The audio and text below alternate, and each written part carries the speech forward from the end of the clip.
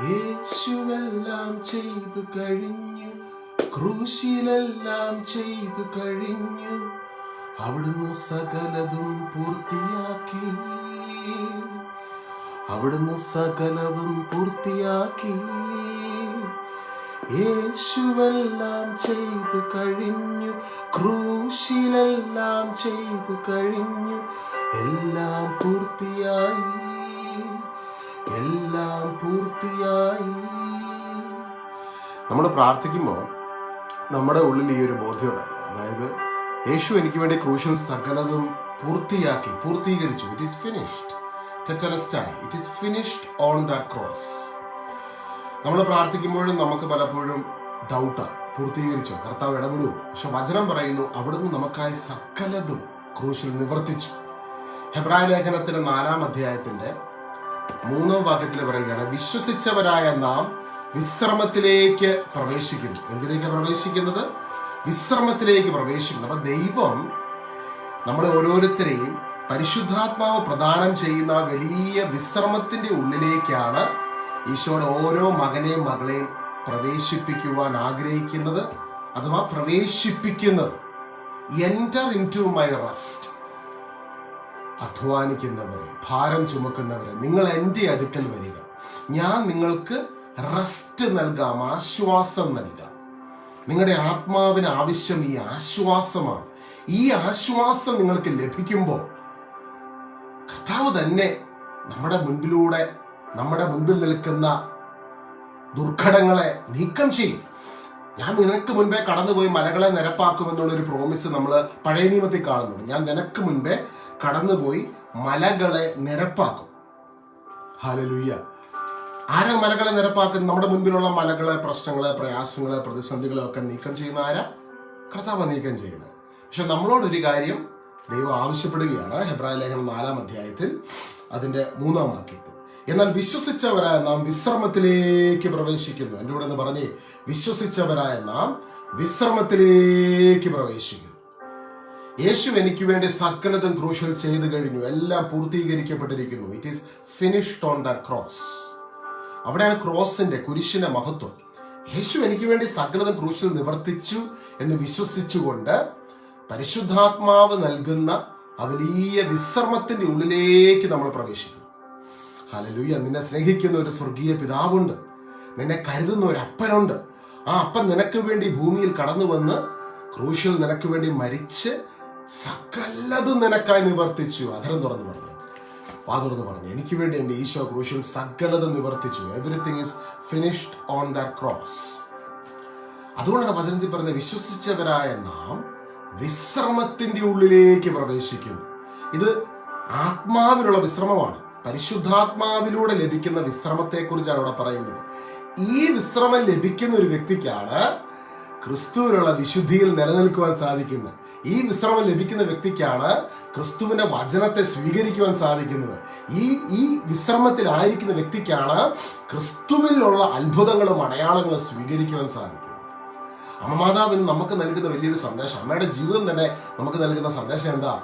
ഈ വിശ്രമത്തിന്റെ ഉള്ളിലേക്കാണ് അമ്മ പ്രവേശിച്ചത്. പരിശുദ്ധാത്മാവ് നൽകുന്ന വിശ്രമം.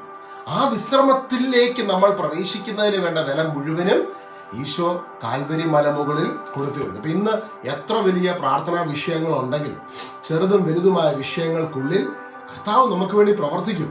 എന്നാൽ ഈശോനെ നമ്മളെ വിളിക്കുക, അധ്വാനിക്കുന്നവരെ, ഭാരം ചുമക്കുന്നവരെ, നിങ്ങൾ എൻ്റെ അടുക്കൽ വരിക. യേശുവിന്റെ അടുക്കിലേക്ക് ഓരോ വ്യക്തി ഈശോ ഭൂമിയിൽ ശുശ്രൂഷ ചെയ്തിരുന്ന സമയത്ത് കടന്നു വന്നപ്പോഴൊക്കെ അവർ വന്നതുപോലെയല്ല അവർ തിരിച്ചു പോയത്. പലർക്കും ഭാരങ്ങളും പ്രശ്നങ്ങളും വിഷമങ്ങളും ഒക്കെയാണ്. പക്ഷെ അവര് ഈശോനെ കണ്ടുമുട്ടി തിരിച്ചു പോകുന്നത് ഒരു തുള്ളിച്ചാടി സന്തോഷത്തോടു കൂടി. കാരണം അല്ല, ഈശോയിൽ നിന്ന് അവർക്ക് ആശ്വാസം കിട്ടി. ഇന്ന് ആ നിലനിൽക്കുന്ന ആശ്വാസം പെർമനന്റ് ആയിട്ട് നമ്മുടെ ഉള്ളിൽ വരുന്നതിന് വേണ്ട വില മുഴുവനും യേശു ക്രൂശിൽ കൊടുത്തു കഴിഞ്ഞു. അതുകൊണ്ട് ഞാൻ തുടക്കത്തിൽ പാടിയത്, യേശുവെല്ലാം ചെയ്തു കഴിഞ്ഞു, ക്രൂശിലെല്ലാം ചെയ്തു കഴിഞ്ഞു, എല്ലാം പൂർത്തിയായി. Everything is finished on that cross. ഇനി നമ്മൾ പ്രാർത്ഥിക്കുമ്പോൾ ഈശോയ എന്ന സ്നേഹിതനോട് സംസാരിക്കുന്നത് പോലെ, സ്നേഹമുള്ള അപ്പനോട് സംസാരിക്കുന്നത് പോലെ നമ്മൾ സംസാരിക്കാനാണ്. ദൈവത്തിന്റെ വചനം നമ്മളോട് ആവശ്യപ്പെടുന്നു. ഈശോ തന്നെ ലൂക്കാസ് സുവിശേഷത്തിന് പറയുന്ന ഒരു കാര്യമുണ്ട്. ലൂക്കാസ് സുവിശേഷം 11-ാം അധ്യായത്തിന് 5 മുതലുള്ള വാക്യങ്ങൾ. പ്രാർത്ഥനയുടെ ശക്തി എന്നതാണ് ഈ ഒരു ഭാഗത്തിന് തലക്കെട്ട്. ഈശോ അവരോട് പറഞ്ഞു, നിങ്ങളിൽ ഒരുവൻ ഒരു സ്നേഹിതനുണ്ടെന്നിരിക്കെ അർദ്ധരാത്രി അവന്റെ അടുത്ത് എന്ന് അവൻ പറയുന്നു, സ്നേഹിത, എനിക്ക് 3 അപ്പം വായ്പ തരിക. കർത്താവ് എപ്പോഴും സിമ്പിൾ ആയിട്ടുള്ള കാര്യങ്ങളാണ് പറയുന്നത്. ആൾക്കാർക്ക് മനസ്സിലാകുന്ന, റിലേറ്റ് ചെയ്യാൻ പറ്റുന്ന, അവരുടെ ജീവിതവുമായിട്ട് കണക്ട് ചെയ്യുന്ന കാര്യങ്ങളാണ് ഈശോ എപ്പോഴും നമ്മൾ വചനത്തിൽ സിമ്പിൾ ആയിട്ടുള്ള കാര്യം. അല്ല ഭയങ്കര കടിച്ചാൽ പൊട്ടാത്ത, ആർക്കും മനസ്സിലാകാത്ത രീതിയിലൊന്നും ഈശോ പറയത്തില്ല. ഒരാൾ കേൾക്കുമ്പോൾ അവരുടെ ജീവിതമായിട്ട് കണക്ട് ചെയ്യുന്ന കാര്യമാണ് ഈശോ പറയുന്നത്. അപ്പോൾ ശിഷ്യന്മാരുടെ ഈശോ പറയുകയാണ്, നിങ്ങളിൽ ഒരാൾക്ക് ഒരു സ്നേഹിതനുണ്ടെന്നിരിക്കെ അർദ്ധരാത്രി അവന്റെ അടുത്ത് ചെന്ന് അവൻ പറയുന്നു, സ്നേഹിത, എനിക്ക് 3 അപ്പം വായ്പ തരിക. ഒരു സ്നേഹിതൻ യാത്രാമധ്യേ എൻ്റെ അടുക്കൽ വന്നിരിക്കുന്നു, അവന് കൊടുക്കാൻ എനിക്ക് ഒന്നുമില്ല. അപ്പോൾ അവന്റെ സ്നേഹിതൻ അകത്ത് നിന്ന് മറുപടി പറഞ്ഞ്, എന്നെ ഉപദ്രവിക്കരുത്, കഥ കടച്ചു കഴിഞ്ഞു, എൻ്റെ കുഞ്ഞുങ്ങളെല്ലാം എന്നോട് കൂടെ കിടക്കയിലാണ്, എഴുന്നേറ്റ് നിനക്കൊന്നും തരാൻ സാധിക്കുകയില്ല. അപ്പൊ ഇവിടെ യേശു എടുത്തു പറയുകയാണ്, യേശു, ഞാൻ നിങ്ങളോട് പറയും, അവൻ സ്നേഹിതനാണ് എന്നതിന്റെ പേരിൽ അവൻ ഒന്നും കൊടുക്കുകയില്ലെങ്കിൽ തന്നെ നിർബന്ധ നിമിത്തം എഴുന്നേറ്റ് അവന് വേണ്ടത് നൽകും. അവൻ സ്നേഹിതനാണ് എന്നതിന്റെ പേരിൽ. ദൈവത്തിന് നീ സ്നേഹിതനാണ്, ദൈവത്തിന് നീ വിലപ്പെട്ടവനാണ്, ദൈവത്തിന് നീ വേണ്ടപ്പെട്ടവനാണ്, ദൈവത്തിന് നീ സ്വന്തമാണ്, ദൈവത്തിന് നീ സ്വന്തം രക്തം കൊണ്ട് വിലയ്ക്ക് വാങ്ങപ്പെട്ടതാണ്, ദൈവത്തിന് സ്വന്തം രക്തം കൊണ്ട് നീ നീതീകരിക്കപ്പെട്ടവനാണ്, ദൈവത്തിന് സ്വന്തം രക്തം കൊണ്ട് നീ വിമോചിക്കപ്പെട്ടവനാണ്. ദൈവം സ്വന്തം രക്തം കൊണ്ട് നിന്നെ വിലയ്ക്ക് വാങ്ങി ഇന്ന് നിന്റെ ഉള്ളിൽ മഹത്വത്തിന്റെ പ്രത്യാശയെ ക്രിസ്തു വസിക്കുന്നുണ്ട്. നീ ദൈവത്തിന് പ്രിയപ്പെട്ടവനാണ്, സ്നേഹിതനാണ്. ഹല്ലേലൂയ. ഇവിടെ യേശു തന്നെ പറയുകയാണ്, ഞാൻ നിങ്ങളോട് പറയുന്നു, അവൻ സ്നേഹിതനാണ് എന്നതിന്റെ പേരിൽ അവനൊന്നും കൊടുക്കുകയില്ലെങ്കിൽ തന്നെ നിർബന്ധ നിമിത്തം, കാരണം വീട്ടിലെ പിള്ളേരെല്ലാം കിടക്കൽ കിടന്ന് ഉറങ്ങുവാണ്, അപ്പോഴത്തെ സാഹചര്യം അനുവദിക്കത്തില്ല, പക്ഷെ സ്നേഹിതനായതുകൊണ്ട് നിർബന്ധ നിമിത്തം അവൻ ചെയ്തു തരുമെങ്കിൽ ചോദിക്കുവിൻ, നിങ്ങൾക്ക് ലഭിക്കും. ഇവിടെ ദൈവത്തെക്കുറിച്ചൊരു നല്ല പിക്ചർ ഉണ്ടായിരിക്കണം. സ്നേഹമുള്ള ഒരു അപ്പനാണ്, സ്നേഹിതനാണ്, നിന്നെ സ്വന്തം രക്തം കൊണ്ട് വിലക്കി വാങ്ങിയതാണ്. ഈശോ പഠിപ്പിക്കുക, ഞാൻ നിങ്ങളോട് പറയുന്നു, ചോദിക്കുവിൻ, നിങ്ങൾക്ക് ലഭിക്കും, അന്വേഷിക്കുവിൻ, നിങ്ങൾ കണ്ടെത്തും, മുട്ടുവിൻ, നിങ്ങൾക്ക് തുറന്നു കിട്ടും. അന്വേഷിക്കുവിൻ, നിങ്ങൾ കണ്ടെത്തും, മുട്ടുവിൻ, നിങ്ങൾക്ക് തുറന്നു കിട്ടും. സ്നേഹമുള്ള ഒരു പിതാവാണെന്നുള്ള ആ തിരിച്ചറിവിൽ, ആ ബോധ്യത്തിൽ ഈ അപ്പനോട് സംസാരിക്കുവിനെന്ന ഈശോയോട് പറയുന്നു. സ്നേഹമുള്ളൊരു പിതാവ്. കാരണം നിങ്ങളുടെ കയ്യിൽ ബൈബിൾ ഉണ്ടെങ്കിൽ ബൈബിൾ ഒന്ന് എടുക്കണേ. ലൂക്കായുടെ സുവിശേഷം 11-ാം അധ്യായത്തിൽ 5 മുതലുള്ള വാക്യങ്ങളാണ് ഞാനിപ്പോൾ ഈ പറഞ്ഞ ഭാഗം. എന്നാൽ അതിന് തൊട്ട് മുകളിൽ ഈശോ പഠിപ്പിക്കുന്നത് എന്താണെന്നറിയോ? ഈശോ എന്നാ പഠിപ്പിക്കുന്നത്? യേശു പഠിപ്പിച്ച പ്രാർത്ഥന. അവൻ ഒരിടത്ത് പ്രാർത്ഥിച്ചുകൊണ്ടിരിക്കുകയായിരുന്നു. പ്രാർത്ഥിച്ചു കഴിഞ്ഞപ്പോൾ ശിഷ്യന്മാരിൽ ഒരുവൻ വന്ന് പറഞ്ഞു, കർത്താവേ, യോഹന്നാൻ തന്റെ ശിഷ്യന്മാരെ പഠിപ്പിച്ചതുപോലെ ഞങ്ങളെ പ്രാർത്ഥിക്കുവാൻ പഠിപ്പിക്കുക. അവൻ അരുളിച്ചു, നിങ്ങൾ ഇങ്ങനെ പ്രാർത്ഥിക്കണം, പിതാവേ, അങ്ങയുടെ നാമം പൂജിതമാകണമേ, അങ്ങയുടെ രാജ്യം വരണമേ. ഹല്ലേലൂയ. ദൈവത്തെ പിതാവേ എന്ന് വിളിച്ചുകൊണ്ട്, അതായത് ലോകത്തിൽ ആദ്യമായിട്ടാണ് ഒരാള്, അത് ദൈവം തന്നെ ഈ ഭൂമിയിൽ കടന്നു വന്ന് നമ്മളോട് പറഞ്ഞു തരികയാണ്, സകലത്തെ സൃഷ്ടിച്ച നിർമ്മിച്ച ദൈവം സ്നേഹമുള്ള ഒരു പിതാവാണ്. അവൻ സ്നേഹിതനാണ്, കരുണയുള്ളവനാണ്, നിങ്ങളോട് അനുകമ്പ തോന്നുന്നവനാണ്. അതുകൊണ്ട് നിങ്ങൾ പ്രാർത്ഥിക്കും, ഇപ്രകാരം പ്രാർത്ഥിക്കണം, സ്വർഗസ്ഥനായ ഞങ്ങളുടെ പിതാവേ, അങ്ങയുടെ നാമം പൂജിതമാകണമേ, അങ്ങയുടെ രാജ്യം വരണമേ, അന്നു വേണ്ട ആഹാരം ഓരോ ദിവസവും ഞങ്ങൾക്ക് നൽകണമേ, ഞങ്ങളുടെ പാപങ്ങൾ ഞങ്ങളോട് ക്ഷമിക്കണമേ, എന്തെന്നാൽ ഞങ്ങളുടെ കടക്കാരോട് ഞങ്ങളും ക്ഷമിക്കുന്നു, ഞങ്ങളെ പ്രലോഭനങ്ങളിൽ ഉൾപ്പെടുത്തരുത്. ഹല്ലേലൂയ. നമുക്ക് എല്ലാവർക്കും അറിയാവുന്ന പ്രാർത്ഥനയാണല്ലേ. എന്നാൽ ഇതിന് തൊട്ട് താഴെയാണ് ഈശോ പ്രാർത്ഥനയുടെ ശക്തിയെക്കുറിച്ച് പഠിപ്പിക്കുന്നത്. അതായത് ദൈവം നമ്മുടെ പിതാവാണെന്നുള്ള ബോധ്യത്തിൽ നമ്മൾ ചോദിക്കണം. ചോദിക്കുമെന്ന് നിങ്ങൾക്ക് ലഭിക്കും, അന്വേഷിക്കുമെന്ന് നിങ്ങൾ കണ്ടെത്തും, മുട്ടുമെന്ന് നിങ്ങൾക്ക് തുറന്നു കിട്ടും. ദൈവം ആരാ? ദൈവം നിങ്ങളുടെ പിതാവാണ്. നിങ്ങളുടെ സ്വന്തം പിതാവാണ്. നിങ്ങളെ സൃഷ്ടിച്ച മെനഞ്ഞ ദൈവത്തിന്റെ ഹൃദയത്തിൽ നിങ്ങൾക്ക് വലിയൊരു സ്ഥാനമുണ്ടെന്നുള്ള ബോധ്യത്തിൽ പ്രാർത്ഥിക്കുക. എന്നിട്ടാണ് യേശു ആ സ്നേഹിതന്റെ കാര്യം പറയുന്നത്. നിങ്ങൾ ഒരുവനൊരു സ്നേഹിതൻ ഉണ്ടെന്നിരിക്കെ അർദ്ധരാത്രി അവന്റെ അടുത്ത് എന്ന് അവൻ പറയുന്നു, സ്നേഹിത, എനിക്ക് 3 അപ്പം വായ്പ തരിക. അപ്പൊ അതിനുശേഷം കർത്താവ് പറയുകയാണ്, അവൻ സ്നേഹിതനാണ് എന്നതിന്റെ പേരിൽ അവൻ ഒന്നും കൊടുക്കുകയില്ലെങ്കിൽ തന്നെ നിർബന്ധ നിമിത്തം എഴുന്നേറ്റ് അവന് വേണ്ടത് നൽകും. കണ്ടോ? നിനക്ക് വേണ്ടത് എന്താണെന്ന് നിന്റെ അപ്പനറിയാം. നിനക്ക് ആവശ്യമുള്ളത് അപ്പൻ്റെ അരികിൽ നിന്റെ ജീവിതത്തിലേക്ക് കടന്നു വരും. അപ്പം നമുക്ക് ആവശ്യമുള്ളത് എന്നാന്ന് വ്യക്തമായിട്ട് അപ്പൻ അറിയും. ഇവിടെയാണ് പ്രാർത്ഥനയുടെ ശക്തി, പ്രാർത്ഥനയുടെ ആ ഒരു ഇമ്പോർട്ടൻസിനെ കർത്താവ് നമുക്ക് മനസ്സിലാക്കി തരുന്നത്. നമ്മൾ കർത്താവുമായിട്ടുള്ള ആ ഫെലോഷിപ്പിൽ നമ്മൾ മുമ്പോട്ട് പോകുമ്പോൾ നമുക്ക് ആവശ്യമുള്ളത് നമ്മുടെ ജീവിതത്തിലേക്ക് കടന്നു വരും. പൗലോസ്ലീഹ പഠിപ്പിക്കുന്നുണ്ട് ഫിലിപ്പിയ ലേഖനം 4-ാം അധ്യായത്തിൽ, എൻ്റെ ദൈവമോ തൻ്റെ മഹത്വത്തിന്റെ സമ്പന്നതയ്ക്ക് യോജിച്ച വിധം ക്രിസ്തുവിൽ നമുക്ക് ആവശ്യമുള്ളതെല്ലാം നൽകും. നിനക്ക് ആവശ്യമുള്ളതെല്ലാം നിന്റെ ജീവിതത്തിലേക്ക്, നമ്മുടെ ആവശ്യങ്ങൾക്കുള്ളിലേക്ക് ദൈവത്തിന്റെ വലിയ കരുണ കടന്നു വരും. അപ്പൊ ഇന്ന് നമുക്ക് നമ്മുടെ ആവശ്യങ്ങളിലേക്ക് ആ കരുണ കടന്നു വരുന്നതിന് വേണ്ടി നമുക്ക് പ്രാർത്ഥിക്കാം. നല്ല യേശുവേ, ഞങ്ങൾ ഒരു കുടുംബമായി അവിടുത്തെ സന്നിധിയിലേക്ക്, ഞങ്ങളുടെ പിതാവിന്റെ അരികിലേക്ക് കടന്നു വരും. ഈശോയെ, അങ്ങ് പറഞ്ഞല്ലോ, ചോദിക്കുവിൻ നിങ്ങൾക്ക് ലഭിക്കും, അന്വേഷിക്കുവിൻ നിങ്ങൾ കണ്ടെത്തും, മുട്ടുവിൻ നിങ്ങൾക്ക് തുറന്നു കിട്ടും. ആസ്ക്, സീക്ക്, നോക്ക്. ചോദിക്കുവിൻ നിങ്ങൾക്ക് ലഭിക്കും, അന്വേഷിക്കുവിൻ നിങ്ങൾ കണ്ടെത്തും, മുട്ടുവിൻ നിങ്ങൾക്ക് തുറന്നു കിട്ടും.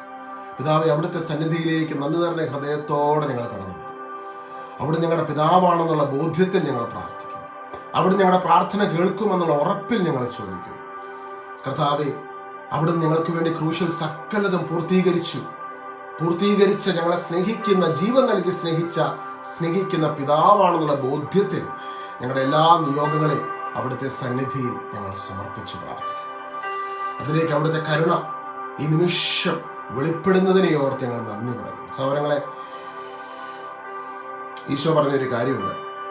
മർക്കോസ് സുവിശേഷം അതിൻ്റെ 11-ാമത്തെ അധ്യായം, മർക്കോസ് സുവിശേഷം 11-ാം അധ്യായത്തിലേക്ക് വരെ നമ്മൾ കാണുന്നുണ്ട്.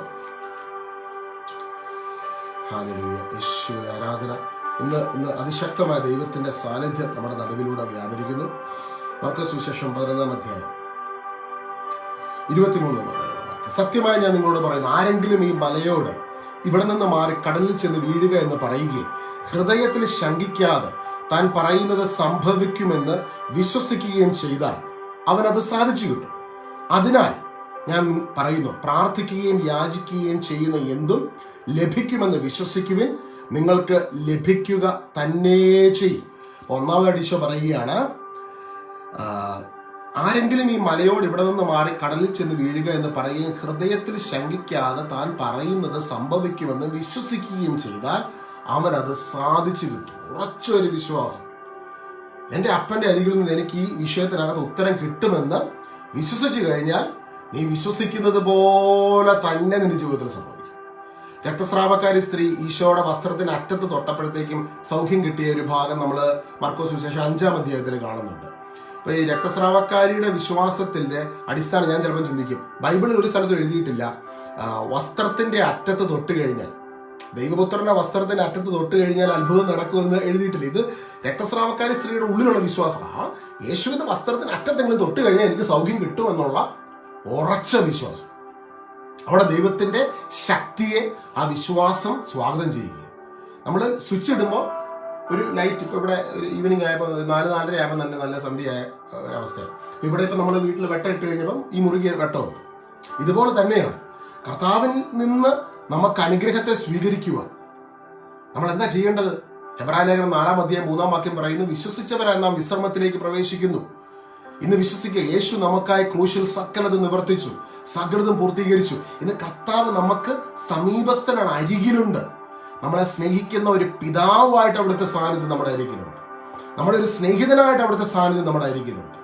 ഇന്ന് വിശ്വാസത്തോടെ ആ സ്നേഹിതന്റെ സാന്നിധ്യത്തെ നമ്മൾ സ്വീകരിക്കുമ്പോൾ നമ്മുടെ യഥാർത്ഥ ആവശ്യം എന്താണോ അത് അറിയുന്ന പിതാവ് നമുക്ക് വേണ്ടതെല്ലാം നൽകും. ഹല്ലേലൂയ. അത്ര തുറന്ന് പറഞ്ഞേ, എന്നെ സ്നേഹിക്കുന്ന എന്റെ പിതാവ്, ഞാൻ ആരാധിക്കുന്ന എന്റെ പിതാവാം ദൈവം, പുത്രനാം ഈശോയുടെ മഹത്വത്തിനായി പരിശുദ്ധാത്മ ശക്തിയിലൂടെ എന്റെ ജീവിതത്തിന് വേണ്ടത് മുഴുവനും നൽകും. ഹല്ലേലൂയ. പിതാവാം ദൈവത്തിന് ആരാധന, പുത്രനാം യേശുവിന് ആരാധന, പരിശുദ്ധാത്മാവാം ദൈവത്തിന് ആരാധന. ദൈവത്തിന്റെ പ്രവൃത്തി നമ്മൾ നടക്കുമ്പോൾ എപ്പോഴും ത്രിയേക ദൈവത്തിന്റെ ഒരു അലൈൻമെന്റ് അതിനകത്തുണ്ടാവും. പിതാവാം ദൈവം പുത്രനാം ഈശോ വഴി പരിശുദ്ധാത്മാവിന്റെ ശക്തിയിലൂടെയാണ് നമ്മുടെ ജീവിതത്തിൽ ദൈവിക അത്ഭുതങ്ങളെ ചെയ്യുന്നത്. കൊളോസസ് ലേഖനത്തിലേക്ക് നമ്മൾ വരുമ്പോൾ അവിടെ അതിന്റെ 3-ാം അധ്യായത്തിന്റെ, എല്ലാവർക്കും സുഖമാണല്ലോ അല്ലേ?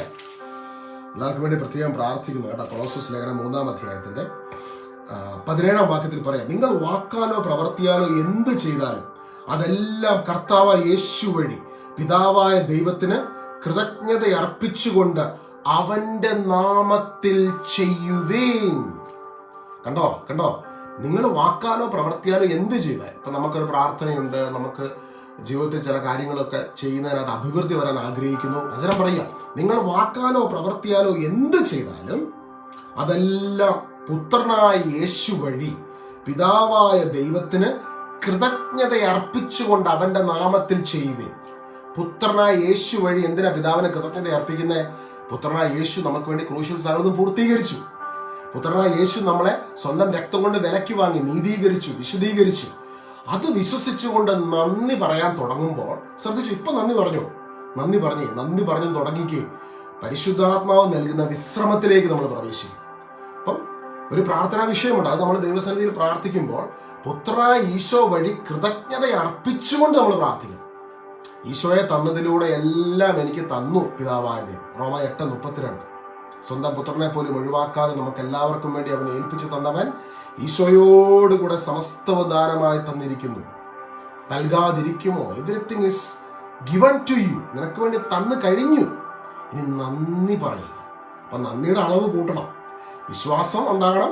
ദൈവം എൻ്റെ സ്നേഹിതനാണ്, പിതാവാണെന്നുള്ള ബോധ്യത്തിൽ പ്രാർത്ഥിക്കണം. പ്രാർത്ഥിക്കുമ്പോൾ മനസ്സിൽ ശങ്കിക്കാതെ വിശ്വാസത്തോടെ ചോദിക്കണം. ചോദിക്കുന്നത് ലഭിക്കുമെന്ന് വിശ്വസിക്കണം. അപ്പോൾ തന്നെ നന്ദി നിറഞ്ഞ ഹൃദയത്തോടെ പ്രാർത്ഥിക്കുവാൻ തുടങ്ങുമ്പോൾ നമ്മുടെ ആവശ്യങ്ങൾക്കുള്ളിലേക്ക് പരിശുദ്ധാത്മാവിന്റെ പ്രവർത്തനം കടന്നു വരികയാണ്. ഹല്ലേലൂയ. നിങ്ങൾ വാക്കാലോ പ്രവർത്തിയാലോ എന്ത് ചെയ്താലും അതെല്ലാം കർത്താവായ യേശു വഴി പിതാവായ ദൈവത്തിനും കൃതജ്ഞത അർപ്പിച്ചുകൊണ്ട്, നന്ദി പിതാവേ, നന്ദി യേശുവേ, ഈ പിതാവാൻ ദൈവമേ, പുത്രനായ ഈശോനെ എനിക്ക് വേണ്ടി തന്നതിനായി നന്ദി. ഒന്ന് പറയാമോ? അധരം തുറന്ന് ഒരു നിമിഷം നിങ്ങളുടെ പ്രാർത്ഥനാ വിഷയത്തിൽ നിന്ന് കണ്ണുകൾ എടുത്ത് ഇങ്ങനെ എന്ന് പറഞ്ഞു, പിതാവാം ദൈവമേ, പുത്രനായ ഈശോനെ എനിക്ക് തന്നതിനായി നന്ദി. യേശുവിന്റെ നാമത്തിൽ ഈ നിമിഷം ഞാൻ പ്രാർത്ഥിക്കുന്നു. ഓരോ സഹോദരങ്ങളിലേക്കും, ഇന്ന് ഈ കൂട്ടായ്മയിൽ ഇപ്പോൾ ലൈവിൽ ജോയിൻ ചെയ്തിരിക്കുന്ന ഓരോ ഭവനങ്ങളിലേക്കും ത്രിയേക ദൈവത്തിന് വലിയ മഹത്വം ഇറങ്ങി നിൽക്കുന്നതിനെ ഓർത്ത് നന്ദി പറയും. മനസ്സിൽ ആരോടെങ്കിലും വിരോധം ഉണ്ടെങ്കിൽ ഒരു നിമിഷം ഒന്ന് ഇറക്കി വെക്കാം. മനസ്സിൽ ഏതെങ്കിലും വ്യക്തിയോട് നമ്മുടെ ഉള്ളിൽ ഒരു വിരോധമുണ്ടെങ്കിൽ അത് ഇറക്കി വെച്ചിട്ട് പ്രാർത്ഥിക്കണം എന്നാണ് കർത്താവിന്റെ വചനം ആവശ്യപ്പെടുന്നത്. മനസ്സ് ചിലപ്പോൾ നമുക്ക് ചില വ്യക്തിയോട് ക്ഷമിക്കാൻ പറ്റുന്നില്ല. അപ്പം പലപ്പോഴും പ്രാർത്ഥനയൊക്കെ ഇങ്ങനെ വാശിപ്പുറത്ത് ആൾക്കാർ പ്രാർത്ഥിക്കാറുണ്ട്. പക്ഷെ ഈശോ പഠിപ്പിക്കുന്ന എന്താണെന്നറിയാം, ഈ ഒരു കാര്യം ശ്രദ്ധിച്ച് നമ്മൾ മനസ്സിലാക്കണം. മർക്കോസ് സുവിശേഷം 11-ാം അധ്യായത്തിൽ തന്നെ അതിനെക്കുറിച്ച് ഈശോ പഠിപ്പിക്കുന്നുണ്ട്. നിങ്ങളൊക്കെ വിലപ്പെട്ട നിങ്ങളുടെ വിലയേറിയ സമയം ഇന്ന് ഈ വചനം കേൾക്കുവാൻ വേണ്ടി സ്പെൻഡ് ചെയ്യുമ്പോൾ അത് ഒരിക്കലും നഷ്ടമാകത്തില്ല, അത് അനുഗ്രഹമായി തരും. ഹല്ലേലൂയ. ഈശോ പഠിപ്പിക്കുകയാണ്, ഞാൻ പറയുന്നു, പ്രാർത്ഥിക്കുകയും യാചിക്കുകയും ചെയ്യുന്ന എന്ത് ലഭിക്കുമെന്ന് വിശ്വസിക്കുമ്പോൾ നിങ്ങൾക്കത് ലഭിക്കുക തന്നെ ചെയ്യും. നിങ്ങൾ പ്രാർത്ഥിക്കുമ്പോൾ നിങ്ങൾക്ക് ആരോടെങ്കിലും എന്തെങ്കിലും വിരോധമുണ്ടെങ്കിൽ അത് ക്ഷമിക്കുക. അപ്പോൾ സ്വർഗത്തിലുള്ള നിങ്ങളുടെ പിതാവ് നിങ്ങളുടെ തെറ്റുകളെ ക്ഷമിക്കും. വളരെ ക്ലിയർ ആയിട്ട് ഈശോ പഠിപ്പിക്കുക. അതായത് നിങ്ങൾ പ്രാർത്ഥിക്കുമ്പോൾ നിങ്ങൾക്ക് ആരോടെങ്കിലും എന്തെങ്കിലും വിരോധം ഉണ്ടെങ്കിൽ, നമ്മുടെയൊക്കെ ജീവിതയാത്രയിൽ പലരും നമ്മളെ വിഷമിപ്പിച്ചിട്ടുണ്ട്, മുറിപ്പെടുത്തിയിട്ടുണ്ട്, വേദനിപ്പിച്ചിട്ടുണ്ട്, കല്ലെറിഞ്ഞിട്ടുണ്ട്. പല ആൾക്കാരും പല പിക്ചറുകളും കാണും. അതൊക്കെ ഒന്ന് മാറ്റിവെച്ച് അല്ലെങ്കിൽ അവരോട് ക്ഷമിച്ചുകൊണ്ട് പ്രാർത്ഥിക്കും. വിരോധമുണ്ടെങ്കിൽ അത് ക്ഷമിക്കും. It's A hard part. അയ്യോ, പലപ്പോഴും നമ്മൾ പറയും എനിക്ക് ക്ഷമിക്കാൻ പറ്റത്തില്ല. അതുപോലെ വേദനകളാണ്. ഈശോയുടെ വചനം ഇന്ന് നമ്മളോട് ആവശ്യപ്പെടുകയാണ്, നിങ്ങൾ ക്ഷമിക്കുവിൻ. നിങ്ങൾ ക്ഷമിക്കുമ്പോൾ സ്വർഗത്തിലുള്ള നിങ്ങളുടെ പിതാവ് നിങ്ങളുടെ തെറ്റുകൾ ക്ഷമിക്കും. നിങ്ങളുടെ തെറ്റുകൾ അപ്പോഴേ ക്ഷമിക്കപ്പെടുകയാണ്. അപ്പം യേശു പഠിപ്പിക്കുന്ന ഇതൊരു ഓപ്പർച്യൂണിറ്റി ആയിട്ടാണ്. ക്ഷമിക്കാം, വിട്ടുകൊടുക്കുക, ലെറ്റ് ഗോ ചെയ്യും. ചിലപ്പോൾ നിങ്ങൾക്ക് നിങ്ങളോട് തന്നെ ക്ഷമിക്കാൻ പറ്റുന്നില്ല. പലപ്പോഴും ഞാനങ്ങനെ കുറേ ആൾക്കാരെ കണ്ടിട്ട് നമുക്ക് ജീവിതത്തിൽ ചില സാഹചര്യങ്ങളിൽ വീണുപോയി, തെറ്റുപറ്റിപ്പോയി. അത് കർത്താവിന്റെ സന്നിധിയിൽ ഏറ്റു പറഞ്ഞു, പ്രാർത്ഥിച്ചു. പക്ഷെ വീണ്ടും ആ മെമ്മറി ഹോണ്ട് ചെയ്യുക. നിങ്ങൾക്ക് നിങ്ങളോട് ക്ഷമിക്കാൻ പറ്റുന്നില്ല, മറ്റുള്ളവരോട് ക്ഷമിക്കാൻ പറ്റുന്നില്ല. ചിലപ്പോൾ ഒരു പടി കൂടി കടന്നു. ഞാനിങ്ങനെ ശുശ്രൂഷാ മേഖലകളിലൊക്കെയുള്ള ചില വ്യക്തികൾ പങ്കുവെച്ച വേദന, അവർ പറയുന്നു, ഞങ്ങൾ ശുശ്രൂഷയ്ക്കായിട്ടൊക്കെ നിന്നിട്ടും ദൈവം ചില സമയത്ത് നിശബ്ദനായിരിക്കുന്നത് പോലെ തോന്നിയിട്ടുണ്ട്. നമുക്കൊക്കെ, എനിക്ക് തോന്നിയിട്ടുണ്ട്, നിങ്ങൾക്ക് തോന്നിയിട്ടുണ്ടാകാം, പലപ്പോഴും അങ്ങനെയൊക്കെ തോന്നിയിട്ടുണ്ടാകാം. അപ്പം അവിടെ ഈ ക്ഷമയെന്നുള്ള തലത്തിന് ഒരു പടി കൂടിയുണ്ട്. അതായത് നമ്മളെ സ്നേഹിക്കുന്ന നമ്മുടെ അപ്പനോട് ക്ഷമിക്കണം. കാരണം അപ്പന് നമ്മളെക്കുറിച്ചൊരു പദ്ധതിയുണ്ട്. പലപ്പോഴും നമുക്കത് അറിയാമല്ലോ. കഴിഞ്ഞ ആഴ്ച ഇറ്റലിയിൽ ഒരു ശുശ്രൂഷയ്ക്കായിട്ട് പോകാനിരിക്കുമായിരുന്നു. ഞങ്ങൾ 3 ദിവസം പോകാൻ വേണ്ടി ടിക്കറ്റ് എടുത്തു, അക്കോമഡേഷൻ ബുക്ക് ചെയ്തു, ഇതെല്ലാം ചെയ്തു. പക്ഷേ തലേദിവസമായി ഇവിടെ എല്ലാം ഫ്ലൂവും വൈറസും ഉണ്ട് ഈ സമയത്ത്. അപ്പം പനി പിടിച്ച് ഞാൻ രാവിലെ വരെ വെയിറ്റ് ചെയ്തു. രാവിലെ ആകുമ്പോഴെങ്കിലും ബെറ്റർ ആയി കഴിഞ്ഞാൽ പോകാമെന്ന് ലാസ്റ്റ് മിനിറ്റ് ക്യാൻസൽ ചെയ്താണ്. ആ കാശും ഒക്കെ ഒത്തിരിയും പോയി. അപ്പോൾ ഇനിയിപ്പോൾ അടുത്ത ആഴ്ച അത് പോസ്റ്റ്പോൺ ചെയ്യുന്ന ശുശ്രൂഷ. നിങ്ങൾ പ്രാർത്ഥിക്കണം കേട്ടോ, പ്രത്യേകം പ്രാർത്ഥിക്കണം. ആ ശുശ്രൂഷകൾക്ക് വേണ്ടി നിങ്ങളുടെ പ്രാർത്ഥനകളെ ഞാൻ ഇന്ന് ചോദിക്കുകയാണ്. ഇറ്റലിയിലാണ്. ഇറ്റലിയിൽ അത് വലിയൊരു ഒരു അഭിഷേകത്തിന്, പരിശുദ്ധാത്മ അഭിഷേകം വെളിപ്പെടുന്ന ഒരു സമയമാകുവാൻ ഇടയായിത്തീരട്ടെ. കാരണം ആ സമയത്ത് ഞാൻ നിരാശപ്പെട്ടപ്പോഴും ഉള്ളിലൊരു വിശ്വാസമുണ്ട്. കർത്താവ് വീണ്ടും പറഞ്ഞു, സാരമില്ല, വിശ്വാസത്തോടെ മുമ്പോട്ട് പോവുക. അതുകൊണ്ടാണ് അടുത്ത ആഴ്ചത്തേക്ക് അത് വീണ്ടും പോസ്റ്റ്പോൺ ചെയ്ത് വീണ്ടും അതിനായിട്ട് കടന്നു പോകുന്നത്. പിന്നെ പ്രത്യേകം പ്രാർത്ഥിക്കണം കേട്ടോ. ഇവിടെ നമ്മുടെ ജീവിതത്തിൽ ചില സമയത്ത് ഈ നിരാശപ്പെടുന്ന അവസ്ഥകൾ, അല്ലെങ്കിൽ നമ്മൾ ഉദ്ദേശിക്കുന്ന പോലെ കാര്യങ്ങൾ നടക്കാതിരിക്കുമ്പോഴൊക്കെ നമ്മൾ മനസ്സിലാക്കണം, ഈ സമയത്ത് നിന്നുകൊണ്ട്, അതിന് നടുവിൽ നിന്നുകൊണ്ട് നമ്മൾ കർത്താവിനെ മഹത്വപ്പെടുത്തും. സഹനത്തിന് നടുവിൽ നിന്നുകൊണ്ട് നമ്മൾ കർത്താവിനെ മഹത്വപ്പെടുത്തുന്ന സമയത്താണ് കർത്താവിന്റെ വലിയ പ്രവർത്തികൾ നമ്മുടെ മുൻപിൽ നടക്കുന്നത്. ഹല്ലേലൂയ. അപ്പോസ്തല പ്രവർത്തനം 16-ാം അധ്യായത്തിൽ അതിന് ഒരു അടയാളമുണ്ട്. അതായത് സുവിശേഷം പ്രസംഗിച്ചുകൊണ്ടിരിക്കുന്ന സമയത്ത് പൗലോസ്ലീഹാനെയും സീലാസിനെയും വലിച്ചഴിച്ചുകൊണ്ട് പോയി ജയിലിൽ കൊണ്ടുപോയിട്ടു. അവിടെ കിടന്നുകൊണ്ട് അവര് ദൈവം എന്തിന് അനുവദിച്ചു, എന്താണ് ഇതിന് പിന്നിലെ കാരണം എന്ന് അവർ ചോദിക്കുകയല്ല ചെയ്യുന്നത്. അവരവിടെ കിടന്നുകൊണ്ട് ദൈവത്തെ പാടി സ്തുതിച്ച് ആരാധിക്കുകയാണ്. പ്രതികൂല സാഹചര്യത്തിൽ നിന്നുകൊണ്ട് ദൈവത്തെ പാടി സ്തുതിച്ച് ആരാധിക്കുമ്പോൾ അവിടെ ദൈവത്തിന്റെ പറഞ്ഞറിയിക്കുവാൻ കഴിയാത്ത ശക്തി ഇറങ്ങി വരുന്നു, പരിശുദ്ധാത്മാവിന്റെ ശക്തി. ഇന്ന് പ്രതികൂല സാഹചര്യമാണെങ്കിൽ ഇതിന് നടുവിൽ നിന്നുകൊണ്ട് ഈ വചനമൊക്കെ കേട്ടിട്ട് പിതാവാൻ ദൈവത്തിനെ ആരാധിച്ച്, പുത്രനാം യേശുവിനെ ആരാധിച്ച്, പരിശുദ്ധാത്മാവൻ ദൈവത്തെ ആരാധിച്ച് ദൈവത്തിന്റെ വലിയ മഹത്വം നമ്മുടെ ജീവിതത്തിലേക്ക് കടന്നു വരുവാനുണ്ട്. ചിലപ്പോൾ ചിലതൊക്കെ നഷ്ടപ്പെട്ടു കാണും, ചിലപ്പോൾ ചില പരാജയത്തിന് മുമ്പ് നിൽക്കുമായിരിക്കും. പക്ഷെ ഇതിന്റെ നടുവിൽ നിന്നുകൊണ്ട് നമ്മൾ ത്രിയേക ദൈവത്തെ ആരാധിക്കുമ്പോൾ, ഈ സഹനത്തിന്റെ നടുവിലേക്ക് ദൈവത്തിന്റെ ശക്തി കടന്നു വരുമ്പോൾ, ഈ സമയം നിന്റെ ജീവിതത്തിന്റെ ഒരു അത്ഭുതമായി തീരും. ആ കാരാഗ്രഹത്തിലുള്ള സകല മനുഷ്യരും സുവിശേഷം കേൾക്കുവാൻ ഇടയായി തീർന്നത് പൗലോസ്ലീഹയുടെ സീലാസിന്റെ സഹനമാണ്. ഹല്ലേലൂയ, യേശുവേ ആരാധന. ആ സഹനത്തിന്റെ മുൻപിൽ അവിടെ ദൈവമഹത്വം ഇറങ്ങി. അപ്പൊ ആ കാരാഗ്രഹത്തിലെ കാവൽക്കാരൻ വന്ന് അപ്പോസ്തലനായ പൗലോസ്ലീഹയോട് ചോദിക്കുകയാണ്, രക്ഷ പ്രാപിക്കാൻ ഞങ്ങൾ എന്നാ ചെയ്യണ്ടേ? അപ്പോസ്തല പ്രവർത്തനം 16-ാം അധ്യായത്തില് ലോകപ്രസിദ്ധമായ വചനം പൗലോസ്ലീഹയുടെ നാവിലൂടെ പുറത്തോട്ട് വരികയാണ്. കർത്താവായ യേശുവിൽ നീ വിശ്വസിക്കുക, നീയും നിന്റെ കുടുംബവും രക്ഷ പ്രാപിക്കും. കർത്താവായ യേശുവിൽ നീ വിശ്വസിക്കുക, നീയും നിന്റെ കുടുംബവും രക്ഷ പ്രാപിക്കും. വലിയ സഹനത്തിന് നടുവിൽ നിന്ന് അപ്പോസ്തലൻ പ്രസംഗിച്ചത്. നമ്മളതൊക്കെ കോട്ട് ചെയ്ത് ഇങ്ങനെ നമ്മുടെ വഴിയിലൊക്കെ പോകും, വഴികളിലൊക്കെ ഭിത്തിയിലൊക്കെ ഇങ്ങനെ എഴുതി ഒട്ടിച്ചു വെച്ചിട്ടുണ്ട്. വലിയ പണ്ടൊക്കെ ഇപ്പോൾ ഉണ്ടെന്ന് എനിക്കറിയാം, പണ്ടൊക്കെ എല്ലാ വഴികളിലൊക്കെ ഒരുപാട് സ്ഥലങ്ങൾ നമുക്ക് കാണാൻ പറ്റും. കർത്താവ് യേശുവിൽ വിശ്വസിക്കുക, നീയും നിന്റെ കുടുംബവും രക്ഷ പ്രാപിക്കും. പൗലോസ്ലീഹ ചിന്തിച്ചിട്ടില്ലാത്തൊരു കാര്യം. പക്ഷെ അതായത് അങ്ങനെ ഒരു കാരാഗ്രഹത്തിൽ പോയി സുവിശേഷം പറയും. പക്ഷെ കാരാഗ്രഹം മുഴുവനും പരിശുദ്ധാത്മ അഭിഷേകത്തിൽ നിറയും. പരിശുദ്ധാത്മ ശക്തി കൊണ്ട് നിന്റെ ജീവിതം നിറയപ്പെടുവാൻ ഇന്നത്തെ സഹനങ്ങൾ കാരണമാകുന്നുവെങ്കിൽ ആ സഹനത്തിന് നടുവിൽ നിന്നുകൊണ്ട് ഹല്ലേലൂയ, കർത്താവിനെ ആരാധിക്കുമ്പോൾ സ്വർഗം ഒരു വലിയ വിശ്രമത്തിന്റെ ഉള്ളിലേക്ക് നിന്നെ പ്രവേശിപ്പിക്കുക. നാട്ടുകാർ നിനക്കിടുന്ന മാർക്കല്ല, ദൈവം നിനക്കിടുന്ന മാർക്ക്. നാട്ടുകാർ ചിലപ്പം നിനക്കിപ്പോൾ ജോലിയില്ലാത്ത അവസ്ഥയായിരിക്കും, ചിലപ്പം മക്കളില്ലാത്ത അവസ്ഥയായിരിക്കും, അല്ലെങ്കിൽ ഇപ്പം നിനക്ക് പഠനത്തിൽ ചില മേഖലകളിൽ നിങ്ങൾക്ക് മാർക്ക് കുറഞ്ഞു പോയി, അല്ലെങ്കിൽ ഇന്റർവ്യൂവിന് ഫെയിലായി, ജോലി സ്ഥലത്ത് നിങ്ങൾക്ക് ഒത്തിരി സ്ട്രഗിൾ ഉണ്ട്. ഇതൊക്കെ കണ്ടിട്ട് മനുഷ്യർ നിങ്ങളെ വിലയിടുന്ന പോലെ അല്ല ദൈവം നിങ്ങളെ വിലയിടും. യേശു നിനക്ക് വേണ്ടി ക്രൂശിൽ സകലതും പൂർത്തീകരിച്ചു എന്ന് വിശ്വസിക്കുന്ന ഒരു വ്യക്തി ദൈവത്തിന്റെ ഏറ്റവും വിലപ്പെട്ടവനാണ്, വേണ്ടപ്പെട്ടവനാണ്. ദൈവം നിനക്ക് അനുകൂലമായിട്ടുണ്ട്. സോ നമുക്കുള്ള പ്രശ്നം വെച്ചാൽ നമ്മൾ നമ്മുടെ സാഹചര്യവും മനുഷ്യനിടുന്ന ഇതുമൊക്കെ നോക്കിയിട്ട് ദൈവം നമുക്ക് നൽകുന്ന വിലയെ കുറച്ച് കാണും. അവിടെയാണ് നമ്മുടെ പ്രാർത്ഥനയുടെ കോൺഫിഡൻസ് പോകുന്നത്. നമുക്ക് പ്രാർത്ഥിക്കാൻ കോൺഫിഡൻസ് ഇല്ലാത്തതിന്റെ കാരണം എന്താ? നമ്മുടെ പ്രശ്നങ്ങളും ചില പ്രാർത്ഥനയ്ക്ക് ഉത്തരം വൈകുന്നൊക്കെ ഓർത്തുകൊണ്ട് നമ്മൾ വിചാരിക്കും, ഓ ദൈവം എൻ്റെ പ്രാർത്ഥന ഒന്നും കേൾക്കാൻ പോകുന്നില്ല, അല്ലെങ്കിൽ മറ്റുള്ളവർ പറയുന്ന ആ ഒരു വിലയാണ് എനിക്കുള്ളതെന്ന് ചിന്തിച്ചു. അങ്ങനെ ചിന്തിക്കരുതേ. ദൈവത്തിന്റെ ഉള്ളിൽ നിനക്ക് വലിയ വിലയുണ്ട്. ഞാനിത് പറയുന്ന വചനത്തിന്റെ അടിസ്ഥാനത്തിലാണ്. കർത്താവിന്റെ അഭിഷിക്തന്മാരെ, പൗലോസ്ലീഹാനെയും ആദിമ സഭയിൽ ഈശോയിൽ വിശ്വസിക്കുന്നവരെ റോമിലുള്ള, അത് ഇറ്റലിയിലെ റോമിലുള്ള, അന്നത്തെ ലോകത്തിലെ ഏറ്റവും ഓർഗനൈസ്ഡ് മതം റോമാ മതം, ലോകത്തിലുള്ളവർ എല്ലാ തരത്തിലും പീഡിപ്പിക്കുകയും വേദനിപ്പിക്കുകയും ഇന്ന് അമേരിക്ക പോലെ അന്നത്തെ സൂപ്പർ പവർ ആയിരുന്നു അവർ. അപ്പം അവർക്ക് ഭയങ്കര ഓർഗനൈസ്ഡ് റിലീജിയൻ എല്ലാം ഉള്ള ഒരു സ്ഥലമാണ്. അപ്പോൾ യേശുവിൽ വിശ്വസിക്കുന്നവരെ അതിദാരുണമായ പീഡാസഹനത്തിലൂടെ, അല്ലെങ്കിൽ വിശ്വാസ സംബന്ധമായ കർത്താവിനെ വിശ്വസിക്കുന്നുണ്ടോ എന്ന് ചോദിച്ച് പലതരത്തിലുള്ള വേദനകളിലൂടെ അവർ കടന്നു പോകുന്ന സമയത്ത്, കടത്തിവിടുന്ന സമയത്ത് പൗലോസ്ലീഹ പഠിപ്പിക്കുകയാണ് റോമാലേഖനം 8-ാം അധ്യായത്തിൽ അതിൻ്റെ 35-ാമത്തെ വാക്യം. ഹല്ലേലൂയ, യേശുവേ ആരാധന. ക്രിസ്തുവിന്റെ സ്നേഹത്തിൽ നിന്ന് ആര് നമ്മെ വേർപെടുത്തും? ക്ലേശമോ ദുരിതമോ പട്ടിണിയോ നഗ്നതയോ ആപത്തോ വാളോ, ഇങ്ങനെ എഴുതപ്പെട്ടിരിക്കുന്നു. നിന്നെ പ്രതി ഞങ്ങൾ ദിവസം മുഴുവൻ വധിക്കപ്പെടുന്നു, കൊലയ്ക്കുള്ള ആടുകളെ പോലെ കരുതപ്പെടുകയും ചെയ്യും. നമ്മെ സ്നേഹിച്ചവൻ മുഖാന്തരം ഇവയിലെല്ലാം നാം പൂർണ്ണ വിജയം വരിക്കുന്നു. അപ്പൊ റോമിലുള്ള അന്നത്തെ ആൾക്കാര്, ഇപ്പൊ സെയിന്റ് സെബാസ്റ്റ്യന്റെ ജീവിതം എടുത്ത് നോക്കിയാൽ സെയിന്റ് സെബാസ്റ്റ്യൻ ഒരു ഹയർ പൊസിഷനുള്ള വ്യക്തിയാണ്. അന്നത്തെ രാജാവ് ചോദിച്ചു, നീ ക്രിസ്തുവിനെ വിശ്വസിക്കുന്ന വ്യക്തിയാണോ? ഞാൻ വിശ്വസിക്കുന്നു.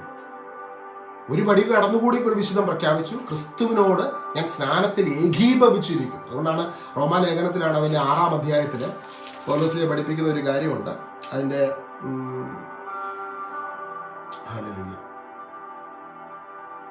3-ാം വാക്യം, യേശു ക്രിസ്തുവിനോട് ഐക്യപ്പെടുവാൻ ജ്ഞാനസ്നാനം സ്വീകരിച്ചിരിക്കുന്ന നാം എല്ലാവരും അവന്റെ മരണത്തോട് ഐക്യപ്പെടാനാണ് ജ്ഞാനസ്നാനം സ്വീകരിച്ചിരിക്കുന്നതെന്ന് നിങ്ങൾക്ക് അറിഞ്ഞുകൂടെ. അപ്പൊ വിശുദ്ധ സെബസ്ത്യാനോസിന്റെ ഈ ജനുവരി മാസം വിശുദ്ധ സെബസ്ത്യാനോസിനെ നമ്മൾ ഓർക്കുന്ന മാസമാണ്.